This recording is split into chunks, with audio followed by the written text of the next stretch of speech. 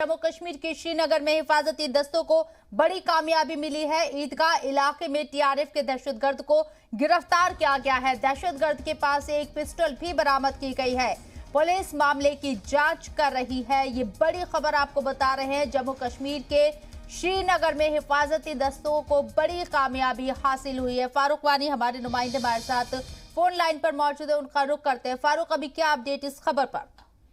देखिए, टीआरएफ जो है उस संगठन से जुड़े एक जो मिलिटेंट है उसको गिरफ्तार किया गया है श्रीनगर के ईदगाह इलाके से, और उसके पास एक पिस्टल भी रिकवर किया गया है। फिलहाल पुलिस ने इस सिलसिले में केस दर्ज किया है और तहकीकात इसकी चल रही है। और जो मिलिटेंट है वो बताया जा रहा है कि दक्षिणी कश्मीर कुलगाम क्षेत्र का रहने वाला है और टारगेट किलिंग के सिलसिले में वो श्रीनगर आया था। जो इससे पहले भी हमने देखा जो टारगेट किलिंग हो रही थी जिसमें प्रवासी मजदूरों को टारगेट किया गया, उसके अलावा जो माइनॉरिटी कम्युनिटी के लोग हैं उनको टारगेट किया गया।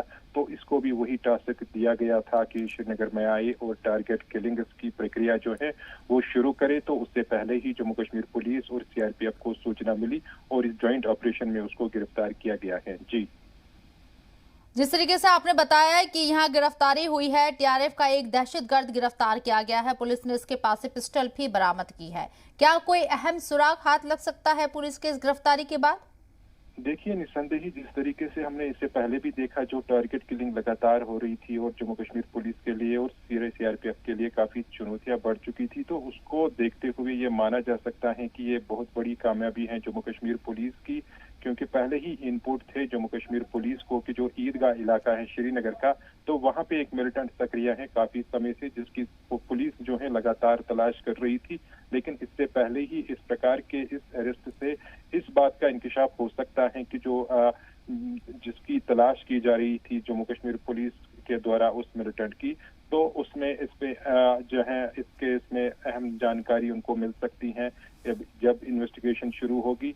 और इसके पास मजीद जानकारी भी हो सकती है। जिस तरीके से जम्मू कश्मीर पुलिस ने पहले ही कहा था कि श्रीनगर में 2 मिलिटेंट सक्रिय हैं और एक सूची भी जारी की गई थी जिसमें उनके नाम भी जाहिर किए गए थे और पोस्टर भी श्रीनगर में चस्पा किए गए थे कई जगहों पर, और आम व्यक्तियों को भी उनके बारे में जानकारी देने की जो प्रक्रिया है वो शुरू की गई थी। अब इस केस में मजीद हेल्प मिल सकती है जम्मू कश्मीर पुलिस को कि वो इस केस को सही ढंग से देखते हो। बड़ा कोई सुराग हाथ लग सकता है जम्मू कश्मीर पुलिस के। बहुत बहुत शुक्रिया फारूक आपका तमाम जानकारी हम तक पहुंचाने के लिए।